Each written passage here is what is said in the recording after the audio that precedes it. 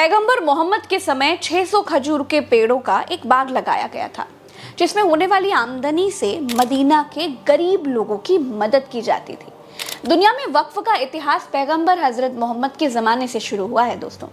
पैगंबर मोहम्मद ने कहा था, अपनी जायदाद को इस तरह से खैरात पे दो कि ना वो बेची जा सके, ना ही किसी को दिया जा सके और ना उसमें विरासत जारी हो, बल्कि उसका मुनाफा लोगों को मिला करे।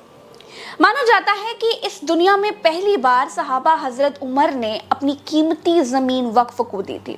उस समय पैगंबर ने यह तय कर दिया था कि यह ज़मीन कभी बेची ना जाए, न किसी को दिया जाए, बल्कि इससे होने वाली आमदनी को गरीबों में बांटने और गुलामों को आज़ाद कराने के लिए ही इस्तेमाल किया जाए। वक्फ कोई भी चल या फिर अचल संपत्ति हो सकती है, जिसे इस्लाम को मानने वाले व्यक्ति अल्लाह के नाम पर या धार्मिक मकसद या फिर परोपकार के मकसद से दान कर सकता है। ये संपत्ति भलाई के मकसद से समाज के लिए दी जाती है और अल्लाह के सिवा इसका कोई मालिक नहीं हो सकता है।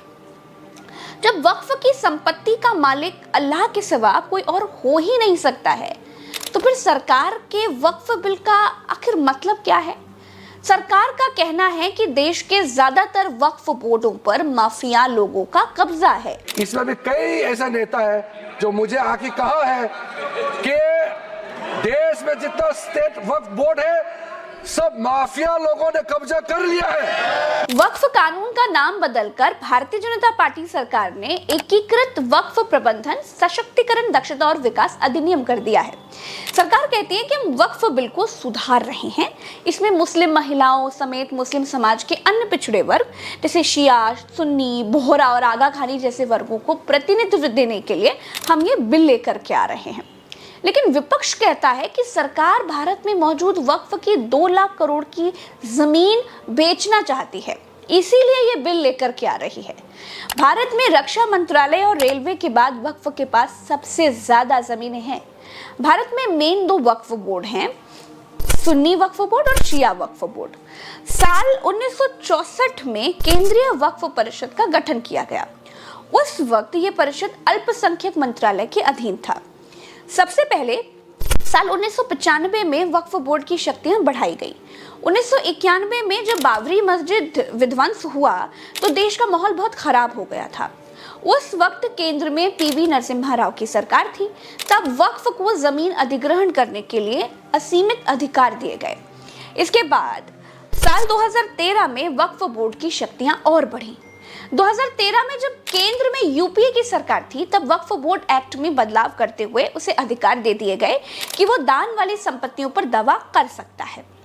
आज जो कानून है दोस्तों, उसके मुताबिक अगर किसी संपत्ति को एक बार वक्फ बोर्ड के नाम घोषित कर दिया गया तो वो हमेशा वो वैसा ही रहेगा। दानकर्ता अपनी इच्छा से कोई बदलाव नहीं कर सकता है। कि भाजपा अपने हताश, निराश, आप तो उस कानून चंद कट्टर समर्थकों के तुष्टीकरण के लिए ये बिल लाने का काम कर रही है। मैं इस बिल का विरोध करता हूँ।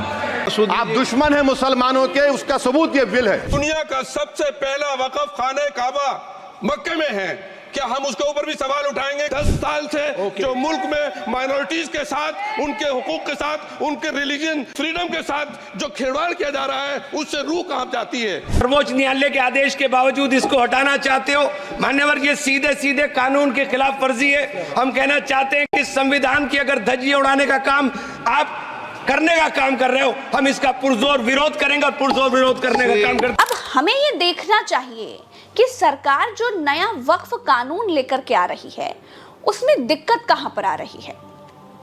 दोस्तों, सरकार जो नया वक्फ बोर्ड का कानून लेकर आ रही है, उसमें यह है कि केंद्रीय वक्फ परिषद और राज्य स्तर पर वक्फ बोर्ड में 2 गैर मुसलमान प्रतिनिधि रखने का प्रावधान किया गया है। नए संशोधनों के तहत बोहरा और आगा खानी समुदाय के लिए अलग वक्फ बोर्ड की स्थापना की भी बात कही गई है। वक्फ का पंजीकरण सेंट्रल पोर्टल और डेटाबेस के जरिए होगा। इस पोर्टल के जरिए मुतव्वली यानी वक्फ संपत्ति की जो देखरेख करने वाले होते हैं उनको खातों की जानकारी देनी होगी। इसी के साथ सालाना 5,000 रुपए से कम आय वाली संपत्ति के लिए मुतव्वली की ओर से वक्फ बोर्ड को दी जाने वाली राशि को भी 7% से घटाकर 5% कर दिया गया है।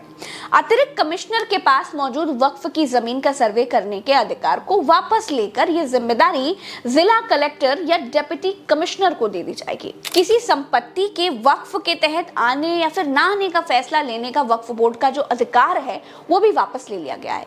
नए प्रस्ताव के मुताबिक मौजूद 3 सदस्यों वाली वक्फ ट्रिब्यूनल को भी 2 सदस्यों तक सीमित कर दिया गया है। लेकिन इस ट्रिब्यूनल के फैसले को अंतिम नहीं माना जाएगा और 90 दिन के भीतर ट्रिब्यूनल के फैसले को हाई कोर्ट में चुनौती भी दी जा सकती है। जिन लोगों ने वक्फ की जमीन पर अतिक्रमण किया है या फिर 12 साल से अधिक वक्त से कब्जा कर रखा है वे इस संशोधन के आधार पर मालिक भी बन सकते हैं। अब सरकार के इस बिल में दिक्कत ये आ रही है दोस्तों कि अगर ये कानून बन गया तो वक्फ की संपत्तियों में भारी भरकम कमी आ जाएगी। क्यों? क्योंकि 99% वक्फ संपत्तियों पर अवैध कब्जे हैं। देश के कई हिस्सों में वक्फ की संपत्तियों पर अतिक्रमण करने वाले खासतौर पर पंजाब और हरियाणा में अवैध रूप से कब्जाई गई हजारों एकड़ संपत्तियों के मालिक बन जाएंगे। मुकेश अंबानी साहब ने जिस जमीन पर अपना घर एंटालिया जो बनाया है ना वो भी वक्फ की जमीन है और उनका भी उस जमीन पर 12 साल से ज्यादा का कब्जा है जिसका केस अदालत में था।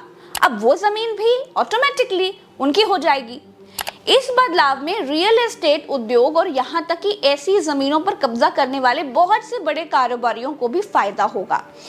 ऐसा लगता है दोस्तों कि इन संशोधनों के पीछे एकमात्र मकसद ही यही है। सरकार के इस बिल का फायदा ये है कि वक्फ बोर्ड में भ्रष्टाचार पर थोड़ी लगाम जरूर लगेगी, लेकिन जब जमीनें ही नहीं होंगी तो भ्रष्टाचार कहाँ होगा, ये भी एक बात है। खैर, अब दूसरी बात यह है दोस्तों कि विपक्ष जो आरोप लगा रहा है कि इस बिल की आड़ में वक्फ की जमीनें बेचने का इंतजाम किया जा रहा है, उसमें भी दम हो सकता है, क्योंकि देश में मौजूदा शत्रु संपत्ति यानी जिन संपत्तियों के मालिक पाकिस्तान चले गए थे उन संपत्तियों को गृह मंत्रालय धड़ल्ले से बेच रहा है।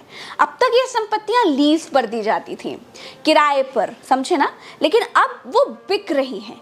ये देखिए, ये शत्रु संपत्ति बेचने का विज्ञापन और ये शत्रु संपत्ति की रेट लिस्ट है।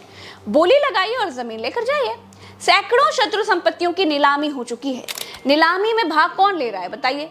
ये शत्रु संपत्तियां कौन खरीद रहा है? गरीब आदमी तो खरीद नहीं रहा है या फिर पिछड़े दलित मुसलमान तो खरीद नहीं पा रहे हैं। जमीन की सच्चाई ये है कि तहसीलों के नायब, तहसीलदार, लेखपाल अपने धन्ना सेठ क्लाइंटों को सरकारी जमीन दिखा रहे हैं और बिचवा रहे हैं और कमीशन खा रहे हैं। कहने को नीलामी ऑनलाइन है, लेकिन ये भीतर की बातें आपको कहीं और नहीं मिलेगी। दरअसल दोस्तों, मसला ये है कि सरकार कंपनियां बेचने से कहीं आगे बढ़ चुकी है। उत्तर प्रदेश में भी अभी नाजुल की जमीन वाला विधेयक लाया गया, लेकिन बीजेपी के अपने लोगों ने विरोध करके विधेयक गिरा दिया। दोस्तों, सरकार को इस समय ना पैसा चाहिए, मनी मनी। टॉप 3 इकोनॉमी में पहुंचना है भाई, वो कैसे पहुंचेंगे? जमीनें बेचकर पहुंच सकते हैं। खैर दोस्तों, क्रोनोलॉजी समझेंगे तो फिर आपको समझ में आएगा कि सरकार जब से आई है तब से मुस्लिम समाज की बुराइयों को दूर करने के नाम पर मसीहा बनने की कोशिश बड़ा कर रही है। चाहे वो सीए हो, चाहे वो एनआरसी हो, चाहे 3 तलाक हो, और अब वक्फ बिल। दरअसल इसे चौराहे की चर्चा के मुताबिक चूड़ी टाइट करना कहते हैं। मुस्लिमों की चूड़ी टाइट होगी ना तो बीजेपी का हिंदू वोटर भी खुश हो जाएगा, और ये सब बीजेपी के हिंदू वोटरों के मनोरंजन के लिए हो रहा है, ऐसा कहा जा रहा है। वक्फ बोर्ड की तरह ही हिंदू श्राइन बोर्ड भी है। एक नहीं, तमाम श्राइन बोर्ड हैं हिंदू धर्म में। तमाम मंदिरों के पास अरबों की दौलत है। वैष्णो देवी श्राइन बोर्ड है, पूर्णागिरी श्राइन बोर्ड है, तिरुपति बालाजी का श्राइन बोर्ड है, पद्मनाभम जैसे बीसीओ श्राइन बोर्ड हैं जो मंदिर के नाम पर पैरेलल सरकारें चलाते हैं। क्या उनको सरकारी सिस्टम में लाकर रेगुलेट करने की हिम्मत है सरकार की? नो, सरकार बहुमत में नहीं है, लेकिन सरकार को समर्थन करने वाली नीतीश और नायडू की पार्टियों में रीढ़ की हड्डी ही नहीं है। इसीलिए वक्फ कानून बिल बन जाएगा ही, और वक्फ की संपत्तियां जो अब तक बची हुई थी वो शायद अब नहीं बचेंगी। विपक्ष के मुताबिक विकास की राह में सबको कुर्बान होना पड़ेगा। इस वीडियो में इतना ही। आशा करती हूँ कि आपको सब कुछ आसान भाषा में समझ में आ गया होगा। मुझे दीजिए इजाजत। राम राम व सलाम। जय हिंद। मानना पड़ेगा कि सच्ची पत्रकारिता की कमी नहीं है, ईमानदारी से लोग काम करने वाले अभी भी ज़िंदा हैं। वो ये नहीं देखते हैं कि ये सामने वाला हिंदू है या मुसलमान, बल्कि सच्चाई जो होती है वो समाज को दिखाती है, क्योंकि पत्रकार ही समाज का आईना होते हैं।